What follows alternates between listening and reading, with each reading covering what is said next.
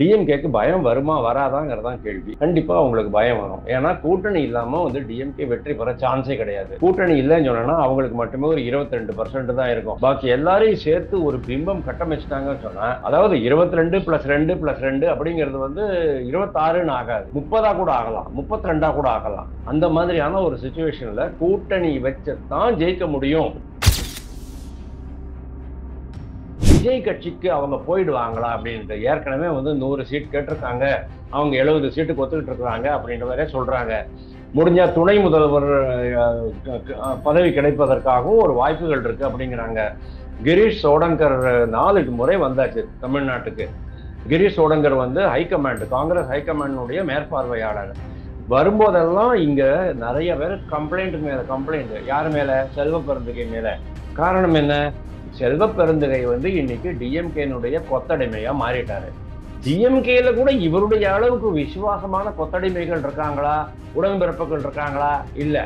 அவங்களெல்லாம் விட அதிகமான உடன்பிறப்பாக இவர் மாறிட்டாரு. பல கூட்டணி கட்சிகளுக்கு ராகுல் காந்தியை பத்தியான ஒரு நம்பிக்கை இல்லை. ராகுல் காந்தி இன்னும் சின்ன பிள்ளையாவே இருக்கிறாரு. நம்ம உதயநிதி மாதிரி வச்சுக்கோங்க, ஒரு சின்ன பிள்ளையாவே இருக்கிறாரு, அரசியல் முதிர்ச்சி வரல. எனக்கு ஒபாமா சொன்னது ஞாபகம் வருது சார். பராக் ஒபாமா என்ன சொன்னாரு, அவருடைய சுயசரிதையில் அவர் என்ன எழுதுறாரு அப்படின்னா, ராகுல் காந்தி முழுவதும் மன வளர்ச்சி அடையாத ஒரு நபர். இந்த மாதிரி ஒரு சிச்சுவேஷன்ல ராகுல் காந்திய மற்ற இண்டி கூட்டணி கட்சிகள் ஏற்றுக்கொள்ள மாட்டார்கள். அப்போ யாராவது ஒரு காம்ப்ரமைஸ் கேண்டிடேட் வேணும் இல்லையா, முதல்வர் பிரதமர் பதவிக்கு. அது ஏன் நானா இருக்கக்கூடாது அப்படின்னுட்டு முதல்வர் கனவு காண்கிறார். மு.க. ஸ்டாலின் கனவு காண்கிட்டு இருக்கிறாரு. ஆஹா, நம்ம சந்திரசேகர் மாதிரியோ இல்லைன்னா தேவேகவுடா மாதிரியோ ஐக்கிய குஜரால் மாதிரியோ நம்மளை போட்டு விட்டுருவாங்க. அப்போ நம்ம பிரதமர் ஆயிடலாம். பிரதமர் ஆச்சுன்னா ஒரே கல்லுல 2 மாங்காய், இங்க இடம் காலி ஆயிரும். நம்ம பையனை முதல்வர் ஆக்கிடலாம். அப்போ கம்ப்ளீட்டா கட்சி அவங்க கையில போயிடும். அப்படி அந்த மாதிரி ஒரு பிளான் பண்ணிட்டு இருக்கிறாரு அவரு. ஆனா இதெல்லாம் ஒரு கனவு தான். டிஎம்கேனுடைய அந்த சிறுபான்மையினர் வாக்குகள் எல்லாம் அவங்க பிரிச்சு போயிடுவாங்க அப்படிங்கிற பையன். காங்கிரஸ் கட்சி போச்சுன்னு சொன்னா ஆட்டோமேட்டிக்கலி என்டையர் முஸ்லீம் அந்த பக்கம் போயிடுவாங்க. அங்க இருக்கிற முஸ்லிம்ஸ் இன்னைக்கு டிஎம்கேக்கு ஓட் போட காரணமே அவங்க காங்கிரஸ் கூட இருக்கிறது. காங்கிரஸ் என்னைக்கு விஜய் கூட போகுதோ அதுக்கெல்லாம் விஜயம் தூண்டில் போடுறாங்க. இன் ஆல் ப்ராபபிலிட்டி காங்கிரஸ் கட்சி டிஎம்கே கூட்டணியை விட்டு வெளில போயிடும்.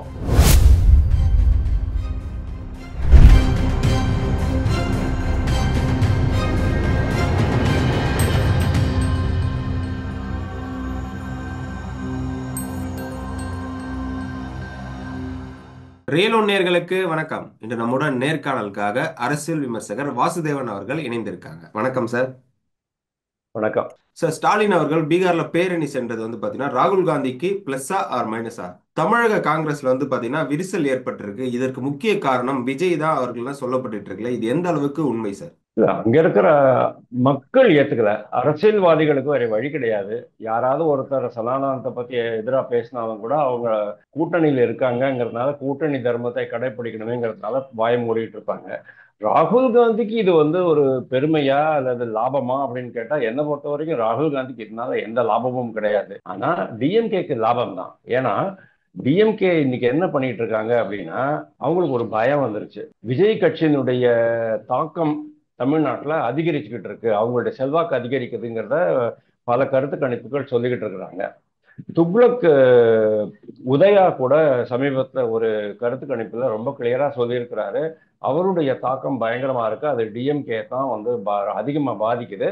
In addition to that Congress கட்சி அந்த பக்கம் போறதுக்கான வாய்ப்புகள் அதிகமா இருக்கு அப்படின்னு நிறைய பேர் சொல்லிட்டாங்க. இதையா மட்டும் இல்ல, எல்லாருமே சொல்லிட்டாங்க, நானும் சொல்லிக்கிட்டு இருக்கேன். ஸோ இந்த மாதிரி ஒரு சூழ்நிலையில டிஎம்கேக்கு பயம் வருமா வராதாங்கிறதான் கேள்வி. கண்டிப்பா அவங்களுக்கு பயம் வரும். ஏன்னா கூட்டணி இல்லாம டிஎம்கே வெற்றி பெற சான்ஸே கிடையாது. கூட்டணி இல்லைன்னு சொன்னா அவங்களுக்கு மட்டுமே ஒரு 22% தான் இருக்கும். பாக்கி எல்லாரையும் சேர்த்து ஒரு பிம்பம் கட்டமைச்சிட்டாங்கன்னு சொன்னா, அதாவது 22 + 2 + 2 அப்படிங்கிறது 26ன்னு ஆகாது, 30 கூட ஆகலாம், 32 கூட ஆகலாம். அந்த மாதிரியான ஒரு சிச்சுவேஷன்ல கூட்டணி வச்சுதான் ஜெயிக்க முடியும். ஏன்னா கூட்டணி இல்லாம ஜெயிச்சது 2 பேர் தான், எம்ஜிஆர், ஜெயலலிதா. அவங்க 2 பேரை விட்டா வேற யாருமே ஜெயிக்கல சார். அதனால இப்ப யாருமே அந்த மாதிரி கிடையாது. அதனால எப்படியாவது தாஜா பண்ணி ராகுல் காந்தி தாஜா பண்ணி அவரை வந்து கூட்டணியில தக்க வைக்கணும் அப்படிங்கறதுனால தான் அது அங்க போய் இங்க இருந்து மெனக்கட்டு பேஸ் மேக்கர் வச்சிருக்காரு சார் அவரு. ஹார்ட் சரியில்லை, உடம்புல என்னென்ன பார்ட்ஸ்ல ப்ராப்ளம் இருக்கோ தெரியாது நம்மளுக்கு. இப்போ ஜெர்மனிக்கு வரை போறாரு, லண்டனுக்கு வரை போறாரு. உடல் சிகிச்சைக்காக ஆரோக்கியத்துக்காக தான் போறாரு அங்க. அப்கோர்ஸ் அவர் வந்து இதுக்கு போறேன் அப்படின்னு சொன்னாலும் கூட முதல் காரணம் வந்து உடல்நிலைக்காக தான் போறாரு அப்படின்னு நம்ம கேள்விப்படுறோம். அந்த எவ்வளவு உண்மைங்கிறது தெரியாது. ஓகே, இந்த கண்டிஷன்ல அவர் வந்து பீகார்ல இந்த வேகாத வெயில் அங்க போய் ஆடிக்கிட்டு இருக்கிற அந்த ஜீப்ல நின்றுட்டு போறாரு அப்படின்னு சொன்னா நீங்க பாருங்க அவர் ராகுல் காந்திக்கு எவ்வளவு காங்கிரஸினுடைய கூட்டணிக்கு எவ்வளவு முக்கியத்துவம் கொடுக்கிறார் அப்படின்னுட்டு. ராகுல் காந்தியை புகழறார், புகழாரம் சூட்டுகிறார். எப்படி? ராகுல் காந்தியின் கண்களில் பயம் இல்லை, அவருடைய குரலில் பயம் இல்லை அப்படிங்கிறாரு. ரெண்டாவது என்ன சொல்றாரு? ராகுல் காந்திக்கும் அவரு ஓகே, ராகுல் காந்தியுடைய கண்களில் பயம் இல்லைன்னு இவர் சொல்றாரு. ஆனா ராகுல் காந்தியுடைய கண்கள்ல பயமும் ஏமாற்றமும் சோர்வும் தான் நான் பாக்குறேன். ஏன்னா கடந்த கால ராகுல் காந்தியினுடைய பயணத்துல நீங்க பாருங்க, ரஃபேல் பத்தி சொன்னாரு, மன்னிப்பு கேட்க வேண்டியதா போச்சு. வீர சாவர்கர் பத்தி சொன்னாரு, மன்னிப்பு கேட்க வேண்டியதா போச்சு. RSS பத்தி சொன்னாரு, மன்னிப்பு கேட்க வேண்டியதா போச்சு. மோடி என்றாலே திருடர்கள் அப்படின்ட்டு மோடி சமூகத்தையே வந்து, அதாவது மோடிங்கிறது ஒரு சமூகம். அது என்னது, குஜராத்ல ஒரு பர்டிகுலர் சமூகம், தேலி சமூகம் அப்படிம்பாங்க, எண்ணெய் வியாபாரிகள் அப்படிம்பாங்க. அந்த தேலி சமூகத்தையே வந்து குற்றம் சாட்டினாரு. அதுக்கு ஹைகோர்ட்ல போயிட்டு நான் அப்படி சொல்லலை இப்படி சொல்லலைன்னு சொல்லி உச்ச நீதிமன்றத்துல போய் சொல்ல வேண்டியதா போச்சு. அது வழக்கு நிலுவையில் இருக்கு, இப்போதைக்கு சஸ்பெண்ட் பண்ணி வச்சிருக்கிறாங்க, இடைக்கால தடை போட்டிருக்கிறாங்க. அதுக்கப்புறமா இவர் சொல்றாரு, தேஜஸ்வி யாதவுக்கும் உங்களுக்கும் ஒரு பயங்கரமான நட்பு இருக்குது, இந்த நட்பு தான் உங்களுக்கு வெற்றி தரப்போகுது அப்படிங்கிறாரு. உண்மையிலே சொல்ல போனா அவங்க ரெண்டு பேருக்கும் நட்பு கிடையாது. ஏன்னா ரெண்டாயிரத்தி 2018 2019 இப்ப 25 இல்லையா, 2020 தேர்தல்ல அந்த மகா கட்பந்தன் கூட்டத்துல தேஜஸ்வி யாதவுக்கு வந்து பல இடங்கள் காணாம போனதுக்கு காரணமே காங்கிரசினுடைய மிக குறைவான ஸ்ட்ரைக் ரேட்டு தான். அதாவது 70 இடம் அவங்களுக்கு கொடுத்திருந்தாங்க, 70 இடங்கள்ல 14 இடங்கள்ல தான் அவர் ஜெயிச்சிருக்கிறாரு.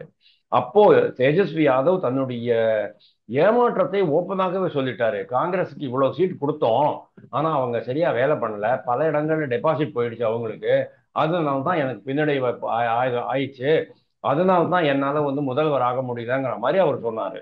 ஸோ இந்த ட்ரிப்பு அவருக்கு என்ன மைண்ட்ல இருக்கு அப்படின்னு சொன்னா, காங்கிரஸுக்கு அதிகமான இடங்கள் கொடுக்க கூடாது அப்படின்னுட்டு. ஆனா அட் த சேம் டைம் அந்த ஸ்பெஷல் இன்டென்சிவ் ரிவிஷன் நடந்துகிட்டு இருக்குது இல்லையா, வாக்காளர் பட்டியல் திருத்தம், அதுக்கு எதிராக ராகுல் காந்தி எடுக்கிற பேரணியில நம்மளும் கலந்துக்கிறது கரெக்ட் தான். அதனால வேற வழி இல்லாம அவர் கலந்துக்கிறாரு. ஆனா தொகுதி பங்கீடு அப்படின்னு வரும்போது நீங்க பாருங்க, ரெண்டு பேருக்கும் அந்த நட்பு எங்க போச்சுன்னே தெரியாது, அப்படி காணாம போயிடும். ஏன்னா ராகுல் காந்திக்கு வந்து இந்த மாதிரி ஒரு பேரணி நடத்தி நம்ம வந்து நம்ம பலத்தை காமிக்கலாம். திருமாவளவன் பலத்தை காமிக்கிறார் பாத்தீங்களா, எலெக்ஷனுக்கு முன்னால ஆதவ அர்ஜுனா வந்து 50 கோடி ரூபாய் செலவு பண்ணி திருச்சி பக்கத்துல சிறுகனூர்ல ஒரு பெரிய மாநாடு நடத்தினார் பாருங்க. அப்படியும் கூட அவருக்கு 6 சீட்டு தான் கொடுத்தாங்க. அப்படியும் கூட திருமாவளவனுக்கு ஒரு பிளாஸ்டிக் சேர் தான் கொடுத்தாங்க. நிர்மலா சீதாராமன் போய் பார்க்கும்போது சோஃபால சமமா உட்கார வச்சாங்க. ஆனா டிஎம்கேல அவருடைய நிலை இன்னைக்கு பிளாஸ்டிக் சேர் தான். ஆனா அதையே தான் இங்க பண்றாரு ராகுல் காந்தி. ஓகே, எப்படியாச்சும் நம்ம வந்து நம்ம பலம் காமிச்சிடலாம் அப்படின்னுட்டு. அவ்வளவுதானே தவிர இதை வேற எதுவுமே கிடையாது. அவங்க ரெண்டு பேர்கிட்ட நட்பே கிடையாது. வேற வழி இல்லை, கூட்டணியில ஏதோ கொஞ்சம் ஓரளவுக்கு பெனிஃபிட் வரும் அப்படின்னு அவர் பாக்குறாரு. இடஒதுக்கீடு வரும்போது, தொகுதி பங்கீடு வரும்போது கண்டிப்பா அவங்களுக்குள்ள பிச்சுக்கும் அப்படிங்கிறத நான் சொல்றேன் உங்களுக்கு. அதனால இவர் அங்க போய் பேசுனது எல்லாமே அவருடைய புகழாரம் தான். புகழாரம் ஏன் பேசுறாரு அப்படின்னா, விஜய் கட்சிக்கு அவங்க போயிடுவாங்களா அப்படின்ட்டு. ஏற்கனவே வந்து 100 சீட் கேட்டிருக்காங்க, அவங்க 70 சீட்டுக்கு ஒத்துக்கிட்டு இருக்கிறாங்க அப்படின்ற வரை சொல்றாங்க. முடிஞ்சா துணை முதல்வர் பதவி கிடைப்பதற்காகவும் ஒரு வாய்ப்புகள் இருக்கு அப்படிங்கிறாங்க. கிரீஷ் சோடங்கர் 4 முறை வந்தாச்சு தமிழ்நாட்டுக்கு. கிரீஷ் சோடங்கர் வந்து ஹைகமாண்ட், காங்கிரஸ் ஹைகமாண்டுடைய மேற்பார்வையாளர். வரும்போதெல்லாம் இங்க நிறைய பேர் கம்ப்ளைண்ட் மேல கம்ப்ளைண்ட். யார் மேல? செல்வ பெருந்தகை மேல. காரணம் என்ன? செல்வ பெருந்தகை வந்து இன்னைக்கு டிஎம்கேனுடைய கொத்தடிமையா மாறிட்டாரு. டிஎம்கேல கூட இவருடைய அளவுக்கு விசுவாசமான கொத்தடிமைகள் இருக்காங்களா, உடன்பிறப்புகள் இருக்காங்களா? இல்ல. அவங்களெல்லாம் விட அதிகமான உடன்பிறப்பாக இவர் மாறிட்டாருங்கிறத நம்ம பார்க்கிறோம்.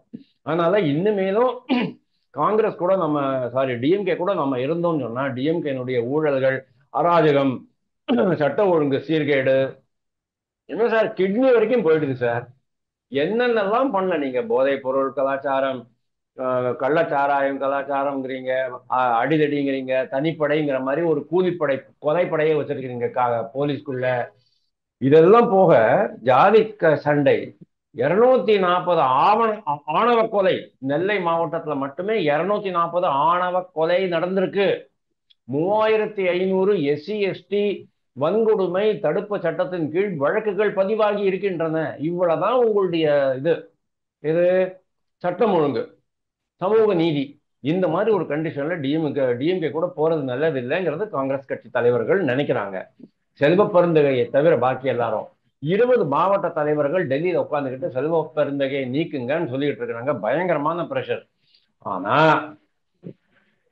அங்க போனா, விஜய் கட்சி கூட போனா அவங்களுக்கு வந்து அதிகமான தொகுதிகள் கிடைக்கும். 70-80 தொகுதிகள் கிடைச்சதுன்னு சொன்னா ஆட்டோமேட்டிக்கலி உங்களுக்கு பெர்சன்டேஜ் வாக்கு விகிதமும் அதிகமாயிடும்.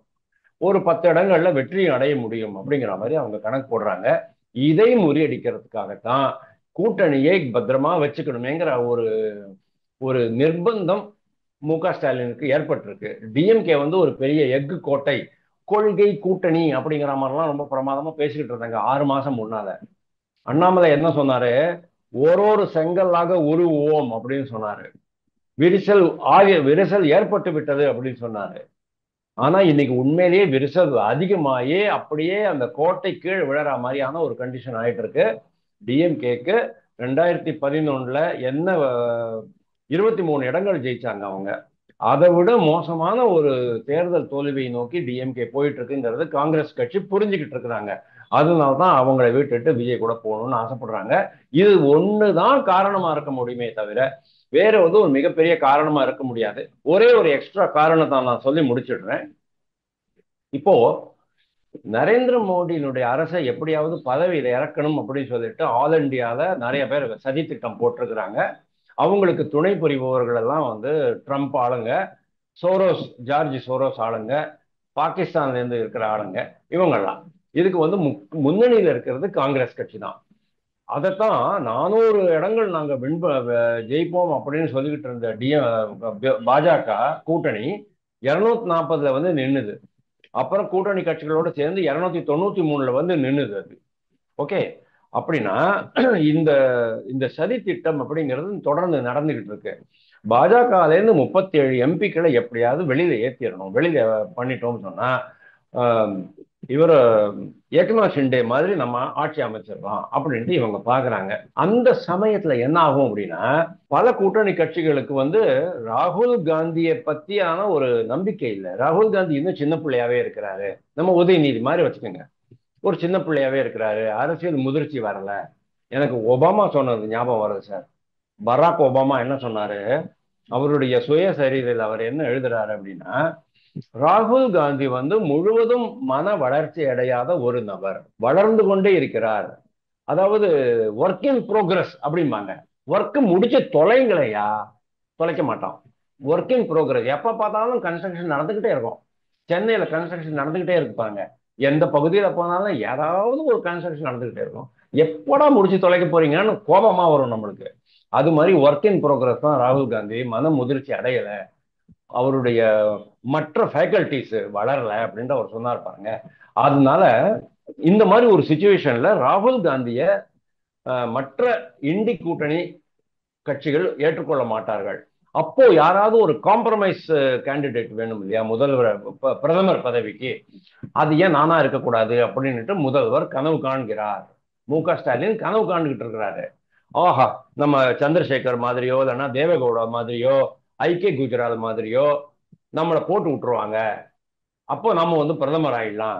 பிரதமர் ஆச்சுன்னா ஒரே கல்லுல 2 மாங்காய், இங்க இடம் காலி ஆயிரும், நம்ம பையனை வந்து முதல்வர் ஆக்கிடலாம். அப்போ கம்ப்ளீட்டா கட்சி அவங்க கையில போயிடும். அப்படி அந்த மாதிரி ஒரு பிளான் பண்ணிட்டு இருக்கிறாரு அவரு. ஆனா இதெல்லாம் வந்து ஒரு கனவை தான். ஒரு கனவு காண்றதுக்கு எல்லாருக்குமே உரிமை இருக்கு சார், அதெல்லாம் ஒன்றும் ப்ராப்ளம் கிடையாது.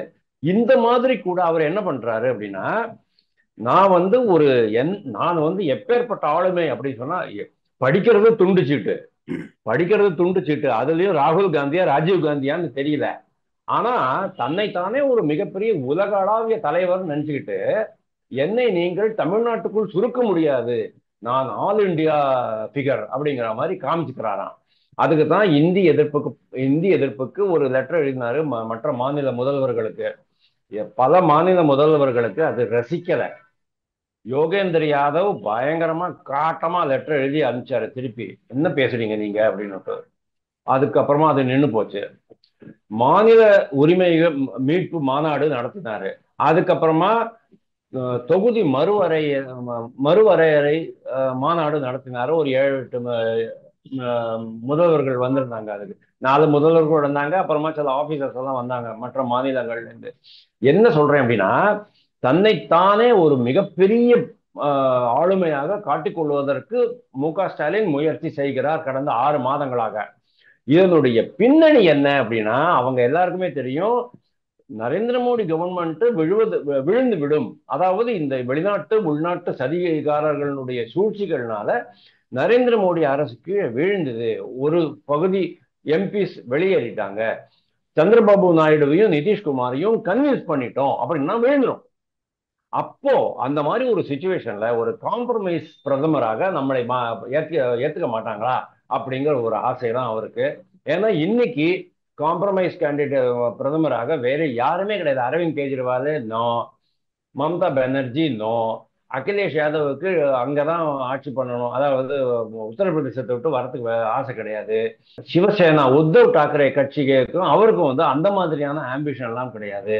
இப்போ இருக்கிற ஒரே ஆம்பிஷியஸ் லீடர், பிரதமர் ஆகிறதுக்கு தான் லாயக்குன்னு நினைக்கிற ஒரு லீடர் மு க ஸ்டாலின் தான். அந்த ஒரு பின்னணியில நீங்க பாத்தீங்கன்னு சொன்னாலும் தன்னுடைய பிம்பத்தை ஆல் இண்டியா பிம்பமாக வளர்த்துக் கொள்வதற்கான ஒரு முயற்சி தான் இவர் வந்து பீகார் போயிட்டு வந்தது. ஓகே சார், இன்னொரு விஷயம் என்னன்னா, நீங்க சொல்ற மாதிரி தமிழக காங்கிரஸ் வந்து தாவேகா கூட கூட்டணி வச்சுச்சுன்னா திமுகவோட நிலைப்பாடு என்னவாக இருக்கும் சார், அவங்களோட கூட்டணியோடது? அவங்க என்ன பண்ணுவாங்க, காங்கிரஸ்ல இருந்து காங்கிரஸை உடைக்க முயற்சி பண்ணுவாங்க. ஆல்ரெடி திட்டம் இருக்கு. பாமகவை உடைச்சாச்சு, தேமுதிக உடைச்சிருவாங்க. ஏன்னா அவங்க சொல்றாங்க இல்லையா, பாஜக தான் எல்லா கட்சிகளையும் உடைச்சு வளருது அப்படின்னுட்டு. அது ரொம்ப தப்பு. உத்தவ் தாக்கரே கட்சியை அவங்க உடைக்கல சார், திருப்பி திருப்பி சொல்றேன். இது 1000 முறை நான் சொல்லிட்டேன். உத்தவ் தாக்கரேயும் அதாவது சிவசேனாவும் பாரதிய ஜனதா கட்சியும் தான் இணைந்து போட்டி போட்டாங்க. ஆனா காங்கிரஸ் என்ன பண்ணுச்சு, நான் உன்னை முதல்வர் ஆக்குறேன், நீ வந்து பாஜகவை கழட்டி விட்டுட்டு வா அப்படின்னு சொன்ன உடனே இவர் அங்கே போயிட்டாரு. அதுக்கப்புறமா அவங்க வந்து ஹிந்துத்துவா, அந்த கோர் ஹிந்துத்துவா கொள்கையிலேருந்து விலகி போனதுனால தான் ஏக்நாத் ஷிண்டேக்கு கோபம் வந்து அவர் என்ன பண்ணாரு, உடைச்சிட்டு வெளியில வந்தாரு. ஏக்நாத் ஷிண்டே தான் உடைச்சாரே தவிர பாஜக உடையல. ஏக்நாத் ஷிண்டே சிவசேனாக்காரர், பால் தாக்கரேனுடைய அடிமை, கொத்தடிமை கிடையாது, அடிமை. அது பால் தாக்கரேனுடைய பரம ரசிகர் அவரு. ஓகே. அதே மாதிரிதான் நிதிஷ்குமாரை உடைச்சாரு அப்படின்னா, நிதிஷ்குமார்லாம் யாரும் உடைக்கல. நிதிஷ்குமாருடைய இது செல்வாக்கு குன்றி போக பாஜக வந்து அதிகமா வளர்ந்தது, அவ்வளவுதான். இது ஒரு பெரிய தப்பு கிடையாது. வேற எந்த கட்சியுமே யாரும் உடைக்கல. பாஜக உடைச்சுதான் வளரணுங்க அவசியமே கிடையாது. ஆனா இன்னைக்கு பாமகவை உடைக்க போகுது, தேமுதிகவை உடைக்க போகுது, விஜய் கட்சியை உடைக்க போகுது. விஜய் கட்சியிலேருந்து நிறைய பேரை இழுக்கிறதுக்கான கிட்டத்தட்ட ஒரு வருஷமாவே அவருடைய முதல் மாநாடு நடந்தது பாருங்க, முதல் ஆண்டு மாநாடு விஜயோடது. அதுக்கப்புறமாவே விஜய் கட்சியிலேருந்து பெரிய பெரிய பிரமுகர்களை இந்த பக்கம் இழுக்கிறதுக்கான பல்வேறு முயற்சிகள் அவங்க ஈடுபட்டிருக்கிறாங்க. நீங்க வாங்க, உங்களுக்கு இந்த போஸ்ட் கிடைக்கும், அந்த போஸ்ட் கிடைக்கும் அப்படின்னுட்டு ஒரு பெண் கூட போச்சு பாருங்க. ஏதோ ஒரு பெண்ணு அங்க வந்து மரியாதையே இல்லை அப்படி இப்படின்ட்டு ஏதோ ஒரு பொண்ணு போச்சு. அந்த பெண்ணுடைய பேர் மறந்துட்டேன், சின்ன பொண்ணு வைஷ்ணவி. தான், 25. வைஷ்ணவி. அவங்க போயிட்டாங்க பாருங்க. அது மாதிரி, அதாவது அவங்க போனாங்க. அது மாதிரி பல பேரை வந்து இழுக்கிறதுக்கான முயற்சியில் ஈடுபட்டு இருக்கிறாங்க. காங்கிரஸ்ல நிறைய பேர் என்ன சொல்றாங்க, பாஜகல வந்து திராவிட பாஜக இருக்கு அப்படின்னுட்டு. பாஜகல வந்து டிஎம்கே அனுதாபிகள் இருக்காங்க, ஏடிஎம்கே அனுதாபிகள் இருக்காங்க, டிஎம்கே ஏடிஎம்கே பிடிக்காதவர்களும் இருக்கிறாங்க பாஜகல அப்படின்னு சொல்றாங்கல்ல. காங்கிரஸ்ல நீங்க எழுதி வச்சுக்கோங்க, ரொம்ப குறைவு அதிமுக ஆதரவாளர்கள், டிஎம்கே ஆதரவாளர்கள் ரொம்ப அதிகம். ரெண்டு கட்சியுமே வேண்டாம் அப்படின்னு சொல்றவங்க ரொம்ப ரொம்ப கம்மி தான். அப்படி இருக்கும்போது அது உடைக்கிறதுக்கு ஈஸி. ஏடிஎம்கே கூட நீங்க உடைக்க முடியாது சார். ஆனா காங்கிரஸ் கட்சியை ரொம்ப குயிக்கா உடைச்சு தள்ளிடலாம். அவங்க சொல்லிட்டு இருந்தாங்கல்ல, தங்கமணியை கூட இழுக்கிறதுக்கான முயற்சி நடைபெறுகிறது அப்படின்னாங்க. தங்கமணி தான் ரொம்ப கிளியரா சொல்லிட்டாரு, நான் சாகும் வரை ஏடிஎம்கே ஆளா தான் இருப்பேன் அப்படின்னாரு. ஆனா காங்கிரஸ்ல அப்படி கிடையாது. காங்கிரஸ்ல வந்து அஹ், செல்வ பெருந்தகை அப்படின்னு சொன்னா அவர் வந்து டிஎம்கே அப்படின்னு தெரிஞ்சு போயிடும். ராஜேஷ்குமார் டிஎம்கே அப்படின்னு தெரிஞ்சு போயிடும். சில பேர் இருக்காங்க, கார்த்தி சிதம்பரம், அவங்க வந்து வேற மாதிரி போறதுக்கான முயற்சி பண்ணலாம். ஜோதிமணி வேற மாதிரி போறதுக்கு முயற்சி பண்ணலாம். ஏன்னா விஜய் கட்சிக்கும் காங்கிரஸ் கட்சிக்கும் பல்வேறு இது இருக்கு, அது என்ன சொல்றது, ஒற்றுமைகள் இருக்கு. ரெண்டு பேருமே கிறிஸ்டியன் பார்ட்டி, ரெண்டு பேருக்குமே தீவிர கிறிஸ்டியன் அசோசியேஷன்ஸ், இயக்கங்கள் எல்லாமே சப்போர்ட் பண்றாங்க. அதே மாதிரி தீவிரவாத சிந்தனை உள்ள இஸ்லாமிய இயக்கங்களும் ரெண்டு பேருக்கும் சப்போர்ட் பண்றாங்க. அவங்க ரெண்டு பேருமே பண்றது மதவாத அரசியல் தான். மதவாத அரசியல், ஜாதிவாத அரசியல் தான். அங்கதான் டிஎம்கேக்கு அடி வாங்குது. டிஎம்கேனுடைய அந்த சிறுபான்மையினர் வாக்குகள் எல்லாம் அவங்க பிரிச்சு போயிடுவாங்க அப்படிங்கிற பையன். ஏன்னா காங்கிரஸ் கட்சி போச்சுன்னு சொன்னா ஆட்டோமேட்டிக்கலி என்டையர் முஸ்லீம் அந்த பக்கம் போயிடுவான். அங்க இருக்கிற முஸ்லிம்ஸ் இன்னைக்கு டிஎம்கேக்கு ஓட்டு போட காரணமே அவங்க காங்கிரஸ் கூட இருக்கிறது தான். காங்கிரஸ் என்னைக்கு விஜய் கூட போகுதோ அதுக்குதான் விஜயும் தூண்டில் போடுறாரு. இன் ஆல் ப்ராபபிலிட்டி காங்கிரஸ் கட்சி டிஎம்கே கூட்டணியை விட்டு வெளில போயிடும். அதுக்கப்புறமா டிஎம்கேனுடைய இது என்னவா இருக்கும் அப்படின்னா காங்கிரஸை உடைக்கணும். எப்படி அவங்க வந்து பிஎம்கே டிஎம்டிகே உடைக்கிறதுக்கு முயற்சி பண்ணிட்டு இருக்காங்களோ அதே மாதிரி இதையும் உடைக்கிறது. ஏன் ஏடிஎம்கே பாஜகவை கூட உடைக்கிறதுக்கு முயற்சி பண்ணாங்க. பாஜகவிலேயே கூட சில டிஎம்கே ஆதரவாளர்களை தன் பக்கம் இழுத்து பாருங்களேன். இவர் போனாரு, அவர் யாரு, மைத்ரேயன் மாதிரி ஆளுங்கெல்லாம் போனாங்க. இவர் விடுங்க, அவர் பேர் என்ன, நம்ம எஸ்வி சேகர், அதெல்லாம் வந்து நியூசன்ஸ் வேல்யூ தான். என்னை பொறுத்த வரைக்கும் எஸ்வி சேகர் வந்து ஒரு நியூசன்ஸ் வேல்யூ தான். அதாவது தன்னைத்தானே பிரதமருக்கு ஈக்குவலா வச்சுக்கிட்டு பேசிட்டு இருப்பார் அவரு. அதுக்கெல்லாம் ஒரு வேல்யூ கிடையாது. அதனால அவர் டிஎம்கே போன. ஆனா டிஎம்கேல நீங்க பாருங்க, இவங்க ரெண்டு பேரும் ஏன் போறாங்க அப்படின்னா டிஎம்கேக்கு வந்து பிராமணர்கள் வாக்குகள் வேணும். பிராமணர்களுடைய வாக்குகள் 2% இருக்குன்னு வச்சுக்கோங்க. அந்த வாக்குகளோட கூட இன்னைக்கு விட முடியாத ஒரு கண்டிஷன்ல டிஎம்கே வந்திருக்குங்கிறது உண்மை. அதனாலதான் அவங்க வந்து காங்கிரஸ் கட்சியை எப்படியாவது தக்க வச்சுக்கணும் அப்படிங்கிற மாதிரி பாக்குறாங்க. வேற எதுவுமே கிடையாது. தொடர்ந்து பேசுவோம் சார். எங்களோடு இணைந்து பல்வேறு தகவலை பகிர்ந்ததற்கு மிக்க நன்றி சார். தேங்க்யூ.